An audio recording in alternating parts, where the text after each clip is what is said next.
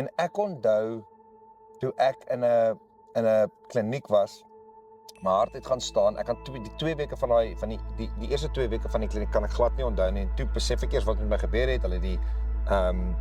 Hulle het mediese personeel gekry en hulle het my daar reggeryk en so. En ek onthou ek het voor my so grys gedaante gesien. Dis al wat ek onthou in daai tyd. En ek weet dit was 'n engel.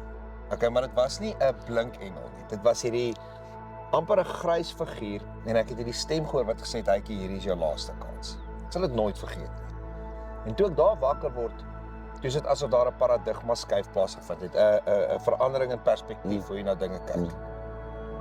En daai oomblik was vir my 'n defining moment in my lewe gewees wat ek besef het, okay, dit is nou of nooit. Ek moet hierdie kant toe gaan of ek moet hierdie kant toe gaan. Maar ek het duidelikheid gehad oor ek het nie meer beheer oor addiction nie. Ek kan dit nie meer. Dit lei net na unmanageability toe. Daar's niks goed wat van dwelms afkom nie. Okay, niks nie. Of ek moet nou herstel iets. En toe hoor ek eendag 'n rabbi wat sê drie goed moet bymekaar kom vir jou om daai ervaring te hê. Rock bottom, personal choice en grace.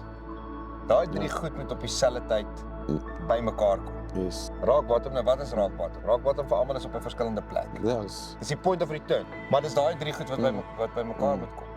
Ja. En ek dink vandag is mense net so dankbaar dat jy daai besluit gemaak het.